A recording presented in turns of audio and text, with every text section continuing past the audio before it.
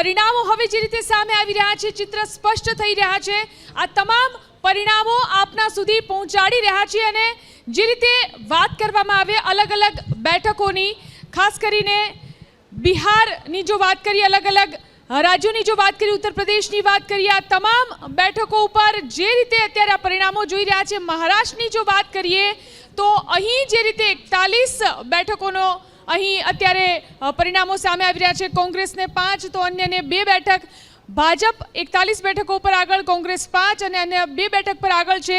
મહારાષ્ટ્રની અંદર આ પરિણામ જોવા મળી રહ્યું છે, જે અલગ અલગ રાજ્યોના પરિણામો જે રીતે ધીમે ધીમે સામે આવી રહ્યા છે.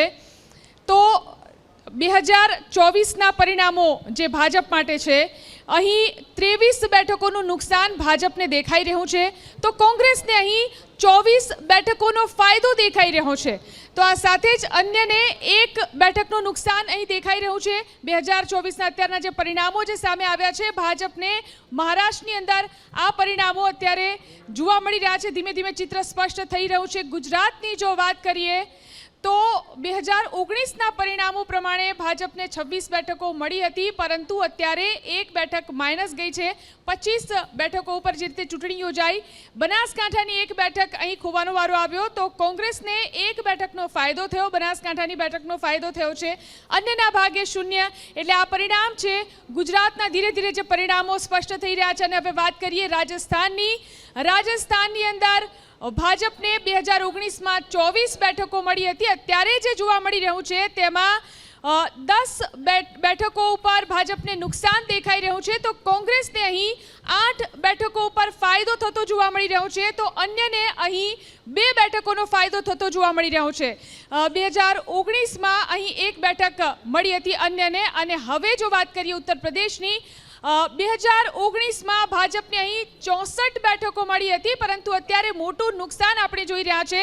26 બેઠકોનું નુકસાન અત્યારે ઉત્તર પ્રદેશની અંદર ભાજપને જોવા મળી રહ્યું છે. તો કોંગ્રેસને મોટો ફાયદો, કોંગ્રેસને અહીં 34 બેઠકોનો ફાયદો થતો જોવા મળી રહ્યો છે.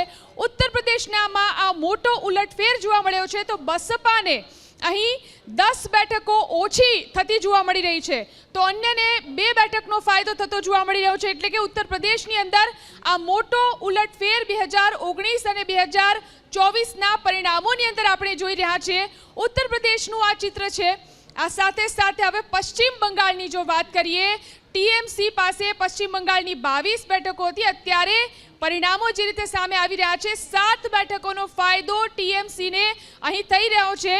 તો કોંગ્રેસ પાસે 2 બેઠકો હતી, અહીં 1 બેઠક કોંગ્રેસની ઓછી થતી જોવા મળી રહી છે. ભાજપ પાસે 18 બેઠકો હતી, જેમાંથી 6 બેઠકોનું નુકસાન અહીં ભાજપને થતું જોવા મળી રહ્યું છે, એટલે કે 12 બેઠકો ઉપર, અને અન્ય પાસે 0. આ ચિત્ર છે પશ્ચિમ બંગાળનું. અહીં જે રીતે અત્યાર સુધીના પરિણામો સામે આવ્યા છે, આ તમામ પરિણામો અત્યાર સુધીના જે પરિણામો છે તે સામે આવી રહ્યા છે.